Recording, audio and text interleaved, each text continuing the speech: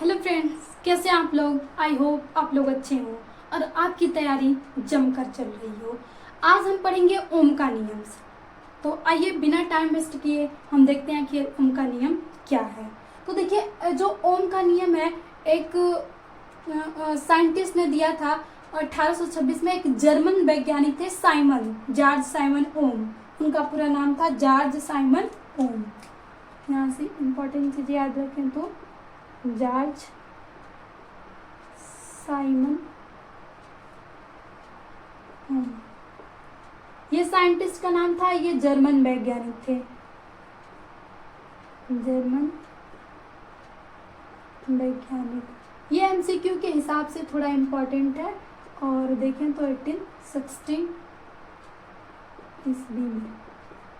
देखिए, जब स्टार्टिंग थी फिजिक्स की तो सभी साइंटिस्ट मतलब सब रिसर्च कर रहे थे लोग कि मतलब कैसे क्या चीज़ें बनाई जा सकती हैं, धारा, विद्युत, सब इसमें एकदम पूरे बहुत सारे साइंटिस्ट अपना अपना रिसर्च पे लगे हुए थे। तो उसी टाइम एक जर्मन जॉर्ज साइमन ओम भी थे। तो वो अपना प्रयोग मतलब देख रहे थे कि जब भी चालक के, देखिए जैसे हम ले लेते हैं कि ये कोई चालक है और इसका दो सिरा है, ये सिरा A1 है। अगर हम विभवांतर ले तो यहाँ पे B1 और ये B2 विभवांतर हो गया। दो विभवों के अंतर को हम बोलते हैं विभवांतर। अब जायज सी बात है कि यहाँ से धारा प्रवाहित होगी। तो जो जॉर्ज साइमन ओम थे उन्होंने इसी के बीच में संबंध स्थापित किया और उसी नियम को हम बोलते हैं ओम्स का नियम।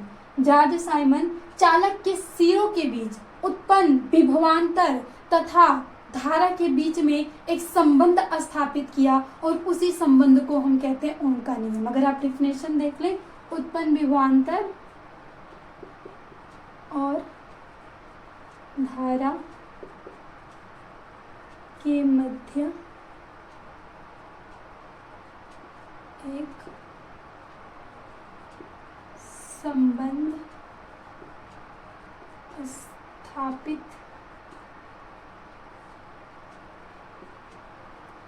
किया जिसे ओम का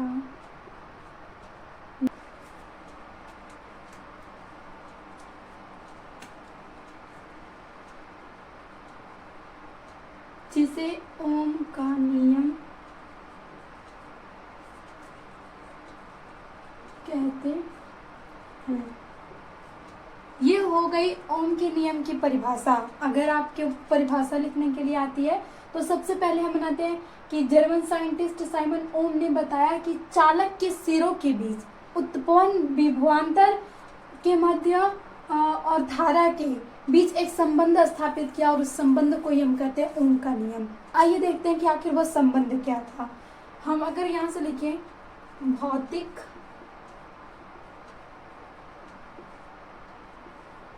अवस्था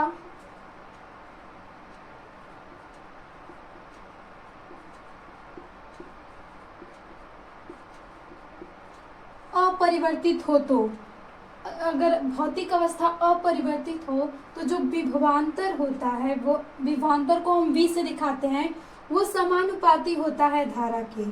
और यही होता है ओम का नियम। यहाँ पे ये रहना चाहिए कि भौतिक अवस्था अपरिवर्तित होनी चाहिए। भौतिक अवस्था क्या होती है? ताप, दाब, ये सब क्या होते हैं? भौतिक अवस्था के अंतर्गत आते हैं। तो ताप और दाब हमेशा मतलब अपरिवर्तित हो, उसमें कोई परिवर्तन ना हो। तो जो विभवांतर होता है वो उसमें बहने वाली धारा के समानुपाती है। मान लीजिए इसमें I धारा प्रवाहित हो रही है तो इसके बीच, दोनों सिरों के बीच, यहाँ से उत्पन्न विभवांतर, यहाँ से जो V होगा, हम यहाँ से ये दो सिरा ले लिए हैं। मान लीजिए ये दो सिरा हो गया, हम मान लेते हैं कि x1 x2। तो इनके दोनों के बीच उत्पन्न जो विभवांतर होता है वो बहने वाली धारा के क्या होता है? समानुपाती होता है। और इसी को हम कहते हैं ओम का नियम। अब हम हमेशा से जो भी ओम समानुपाती का चिन्ह तो ऐसे रख ही नहीं सकते। तो जब हम समानुपाती का चिन्ह हटाते हैं तो एक नियतांक आता है RI। इसे एक और फॉर्म में लिख सकते हैं। अब देखिए यहाँ से V तो हो गया विभवांतर,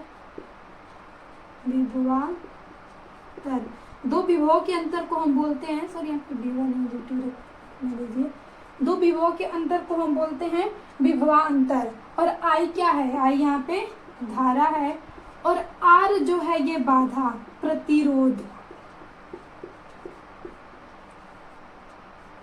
प्रतिरोध है। यही आर जो होता है, आर है क्या, प्रतिरोध। कोई भी हम चालक लेते हैं उसमें कुछ ना कुछ जैसे प्रतिरोध होता है, विभवांतर और जैसे धारा प्रवाहित होती है तो उसमें हम प्रतिरोध, अभी हम देखते हैं प्रतिरोध का संयोजन कैसे किया जाता है, तो इस आर को ही हम प्रतिरोध कहते हैं। अब देखिए इस आर की अगर यूनिट निकालें तो आर इज इक्वल टू हो जाता है V अपॉन I। अब इसकी जो यूनिट होती है वोल्ट प्रति मीटर, और इसको हम सॉरी मीटर नहीं, एम्पियर,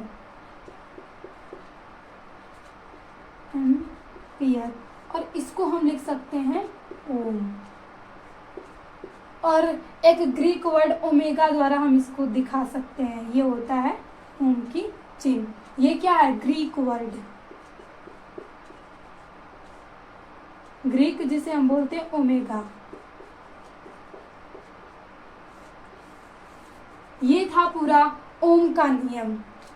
ओम के नियम की अगर आप परिभाषा लिखें तो लिख सकते हैं कि चालक के सिरों के मध्य विभवांतर और धारा के मध्य एक संबंध स्थापित किया जिसे हम ओम का नियम कहते हैं। और ओम क्या, एक साइंटिस्ट हैं, इन्होंने उस समय इस पे रिसर्च किया था और इनका रिसर्च सक्सेसफुल रहा तो इसे एक नियम बना दिया गया। और नियम में कोई देखिए भी समानुपाती होता है आई के। अब हम समानुपाती का चिन्ह लगाते हैं तो कोई ना कोई नियतांक आता है, और ये नियतांक आर आता है, और आर को हम बोलते हैं प्रतिरोध। अभी हम नेक्स्ट क्लास में प्रतिरोध देखेंगे कैसे डिपेंड करता है और ये इसका संयोजन कैसे होता है। तो प्रतिरोध आ गया, और प्रतिरोध का यहाँ से मात्रक आप याद रखिएगा कि ओम, जो ओम आया, ओम के नाम पे ही प्रतिरोध का मात्रक दे दिया गया। और इसको दिखाने के लिए जैसे हम विभवांतर को V से दिखा रहे हैं, धारा को I से दिखा रहे हैं, वैसे ही O को हम ओमेगा द्वारा दिखाते हैं। और ये था पूरा ओम का नियम। तो आई होप आप लोग को ओम का नियम अच्छे से समझ में आ गया हो। तो थैंक यू, मिलते हैं नेक्स्ट सेशन में।